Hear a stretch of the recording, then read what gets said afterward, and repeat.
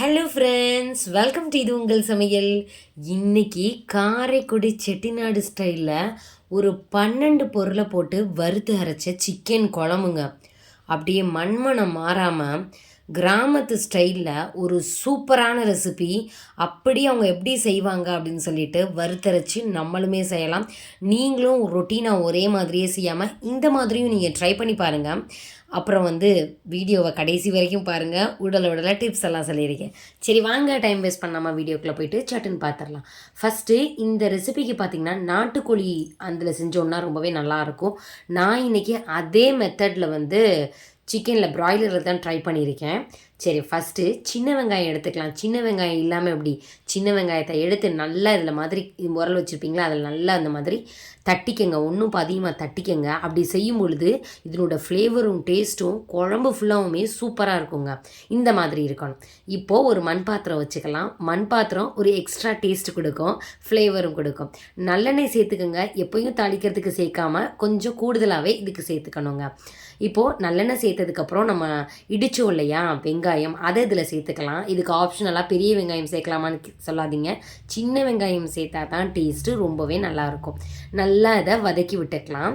இந்த வெங்காயம் வதங்குறதுக்கும் ஒரு டிப்ஸ் சொல்லியிருந்தேன். நீங்கள் சீக்கிரம் வதங்கணும் அப்படின்னு நினச்சிங்கன்னா கொஞ்சோண்டு சர்க்கரையை நீங்கள் இதில் சேர்த்திங்கன்னா ரொம்பவே சீக்கிரமே வதங்கிடும். ரொம்ப தேவையில்லை, கொஞ்சோண்டு ஒரு பிஞ்சளவு சேர்த்தா போதும்.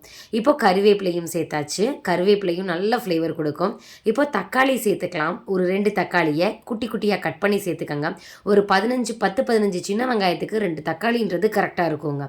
நல்லா வதக்கிக்கலாம். இப்போ இது ரெண்டும் பைண்ட் ஆகிறதுக்கு கொஞ்சம் உப்பு மட்டும் சேர்த்துக்கிறேன். உப்பு சேர்த்துட்டு நல்லா அதை வதக்கியாச்சு. இப்போது வதங்கினதுக்கு அப்புறமேட்டி இதில் என்ன சேர்க்கலாம்னா இஞ்சி பூண்டு பேஸ்ட்டு சேர்த்துக்கலாம். நல்ல ஃப்ளேவர் கொடுக்கும். நான் இன்றைக்கி ப்ராய்லர் சிக்கன் எடுத்ததுனால 3 டீஸ்பூன் இஞ்சி பூண்டு பேஸ்ட்டு சேர்த்துறேன். சப்போஸ் நீங்கள் நாட்டுக்கோழி நீங்கள் எடுக்கிறீங்க, அதில் செய்ய போகிறீங்க அப்படின்னா 5 டீஸ்பூன் அளவு இஞ்சி பூண்டு பேஸ்ட்டு சேர்த்து நல்லா அதை மிக்ஸ் பண்ணி விடுங்க. இஞ்சி பூண்டு பேஸ்ட்டு சேர்க்கும் பொழுது அடுப்பை நல்லா லோ ஃப்ளேம் பண்ணிடுங்க. கொஞ்சமாக இதில் தண்ணி மட்டும் சேர்த்துக்கலாம். அடிப்பிடிக்கிற மாதிரி இருக்கும், இல்லைன்னா அப்படியே பிடிச்சி இழுத்துரும். அதனால தான் இப்போது கழுவி வச்ச மஞ்சள் தூள் போட்டு நல்லா கழுவி வச்சு சிக்கனை இதில் நம்ம சேர்த்துக்கலாம். சேர்த்துட்டு இது நல்லா மிக்ஸ் பண்ணி விடுங்க. இது சேர்த்த உடனேவே அப்படியே தண்ணி சேர்த்துடக்கூடாது. நம்ம சேர்த்துருக்கிற எண்ணெயிலையும் இஞ்சி பூண்டு பேஸ்ட்லையும் அப்படியே மிக்ஸ் ஆகணும். அந்த அளவுக்கு இதை நல்லா பிரட்டி பிரட்டி விடுங்க. இதுவே நீங்கள் இரும்பு கடாயில் செய்கிறீங்க அப்படின்னா அது பிடிக்கிறதுக்கு வாய்ப்பு இருக்குது. அப்படியே சக்கு சக்குன்னு பிடிச்சிக்கிறோம். அதனால எப்பயுமே சிக்கனை சேர்க்கும் பொழுது அடுப்பை லோ ஃப்ளேம் பண்ணிவிட்டு அதுக்கப்புறமேட்டி இந்த மாதிரி எடுத்து விடுங்க. நம்ம அந்த மாதிரி வதக்கும் பொழுதே லைட்டாக கலர் சேஞ்ச் ஆகும். சேஞ்ச் ஆனதுக்கப்புறமேட்டு தான் நம்ம ஒவ்வொரு மசாலாவுமே சேர்க்க போகிறோம். இப்போ இதை வறுத்தரைக்கணும்னு சொன்னேன் இல்லையா, ஒரு 12 பொருளை, அது என்னென்னு பார்த்துடலாம் வாங்க. இன்னொரு கடாய் எடுத்துக்கோங்க. அதில் 3 டீஸ்பூன் அளவு ஏற்கனவே நான் சேர்த்துருக்கேன். 3 டீஸ்பூன் அளவு மல்லி சேர்த்துக்கோங்க. 1 டீஸ்பூன் சோம்பு, 1 டீஸ்பூன் சீரகம், 1.5 டீஸ்பூன் மிளகில் காம்ப்ரமைஸே கிடையாதுங்க. 1.5 டீஸ்பூன் கண்டிப்பாக சேர்த்துக்கணும், ரொம்பவே நல்லாயிருக்கும். 4 கிராம்பு, கொஞ்சமாக பட்டை, அதை குட்டி குட்டியாக உடச்சி சேர்த்துருக்கிறேன். 1 இன்ச் அளவு 2 பட்டை எடுத்துக்கோங்க. 2 ஏலக்காய் சேர்த்துக்கோங்க. கல்பாசி கண்டிப்பாக வேணுங்க. இந்த காரைக்குடி செட்டிநாடு டிஷ் இருக்கு இல்லையா, இதுக்கு கல்பாசி கண்டிப்பாக சேர்ப்பாங்க.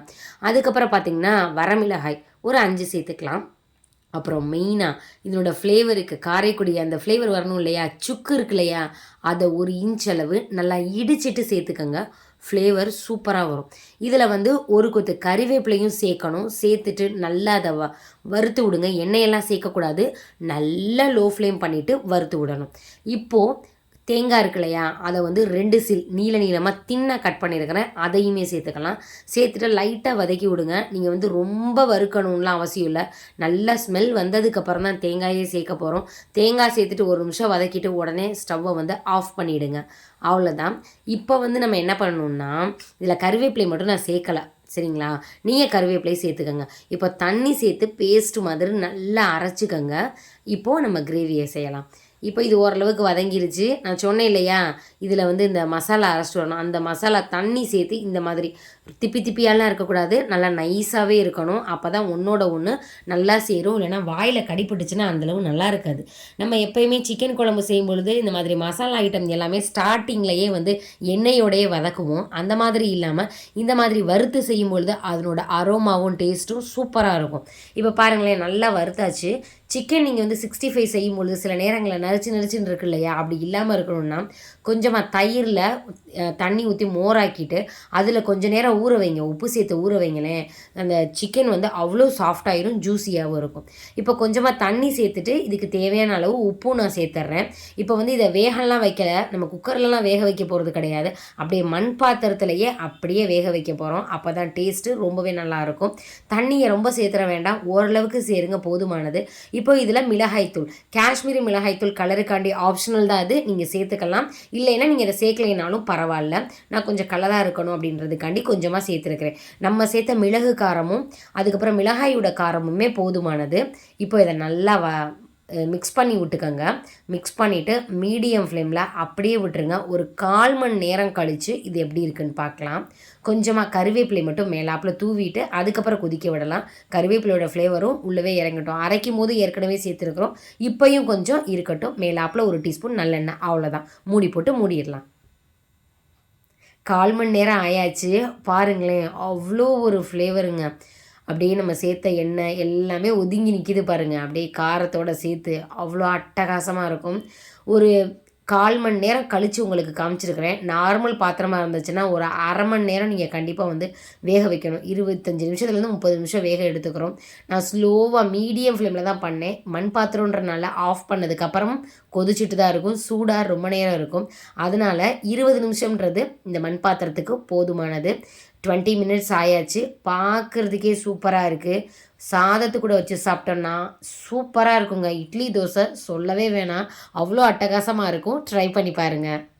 ஏற்கனவே பார்த்திங்கன்னா ஆந்திரா குண்டூர் சிக்கன் வந்து நம்ம ட்ரை பண்ணியிருந்தோம். அதுவும் ரொம்ப சூப்பராக இருக்கும்.